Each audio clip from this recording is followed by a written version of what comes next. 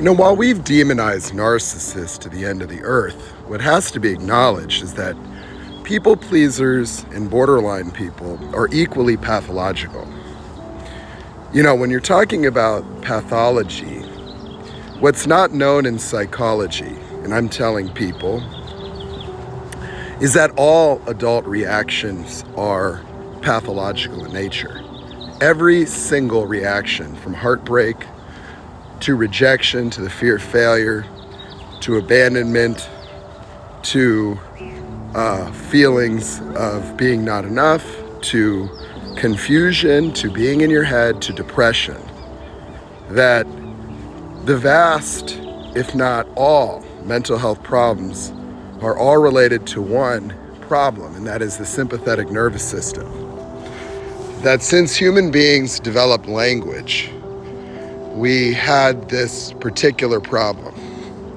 The problem is the experiential segregation of me from an external reality, having an outside world and an inside one. You see, why this is a problem is that the human brain, like that of all animals, developed for millions of years, millions. And it did not have language. It did not have language as a tool to parcel out and discern reality. Language is a powerful tool, but it really is just sounds, and words that correlate to things. So we can talk and I can share something that I experience, and then you can experience it through agreement. But the one word that was most devastating was the word me, because me created a distinction between me and this world that I experience being outside of myself. The problem is that the way the brain was designed and developed is that the world outside of myself is myself. It is my view of life that I am to navigate within. That animals do not have a me separate from their view. They are the view. My dog exists as a view of life from the perspective of the dog. And so he has a one-to-one relationship.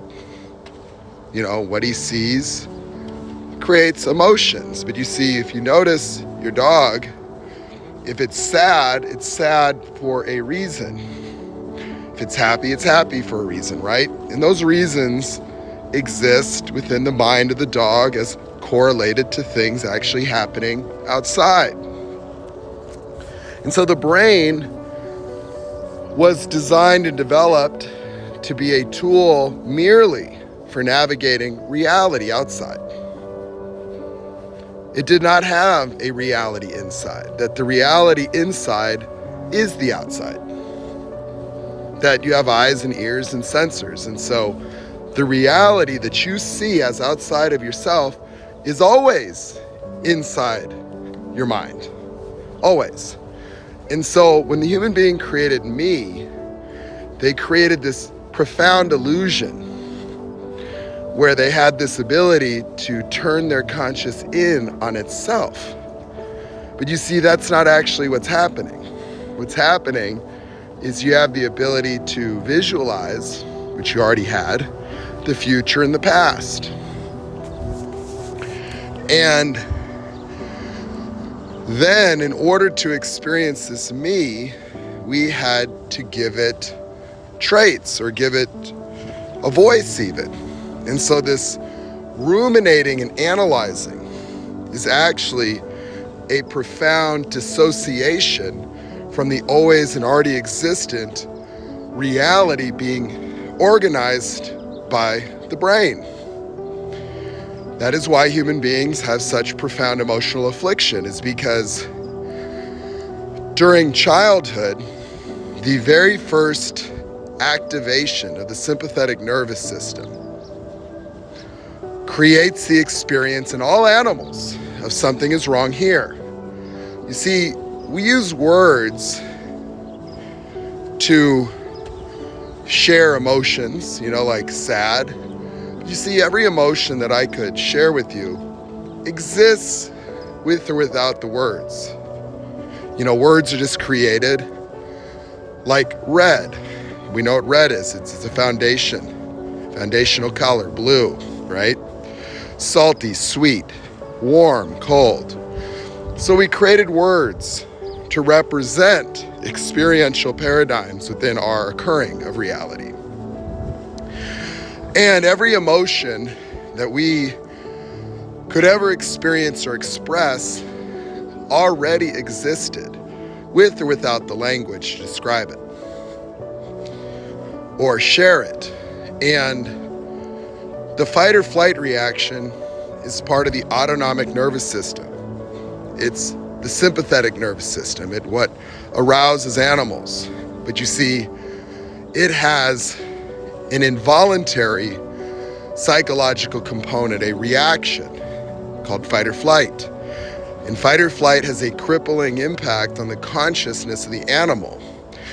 And it is a necessary mechanism for it to collapse the consciousness into a tunnel vision-like effect of excluding things from the awareness of the momentary conscious experience, segregating the consciousness into two spaces.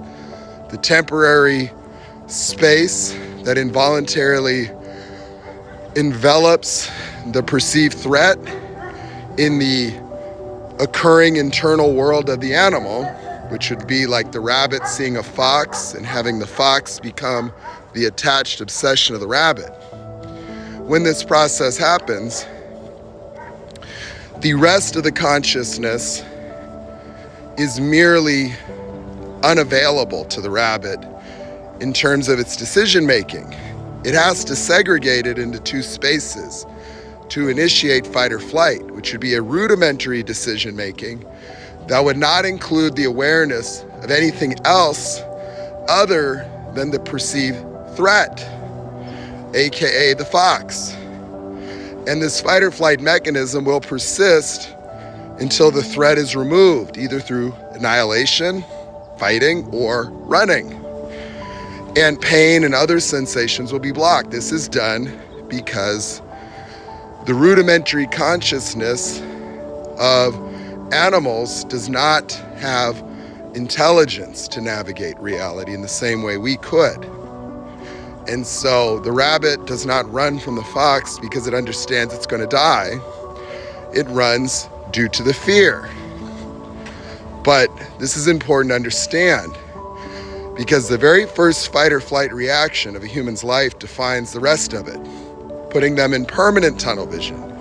Because the child experiences the fight or flight, it's an arbitrary initiation into a hell-like reactionary world that all human beings lay stuck within unless they reach what we call enlightenment. And that is, the child will think something's wrong with me, not here, me.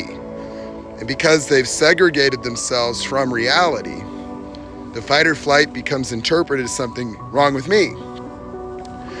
And this becomes the contextual umbrella for the first self-assessment that becomes the most defining experience of all human beings' lives. Because the something's wrong with me causes an inward experiential observation of all the missing emotions that the fight or flight has obliterated.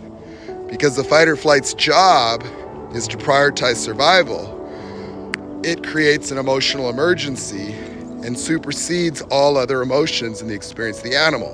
Like if the animal was reproducing or eating or marking territory, the fear takes over. But the fear of life or death caused by an arbitrary buzzing of this system in the child obliterates their experience of safety, causing an experiential abandonment. The insecurity causes not good enough. The broken is caused by the paralysis, and the confusion is caused by the conscious mind attempting to understand, interpret, or fight this involuntary reaction. And this gives rise to all human triggers. One moment.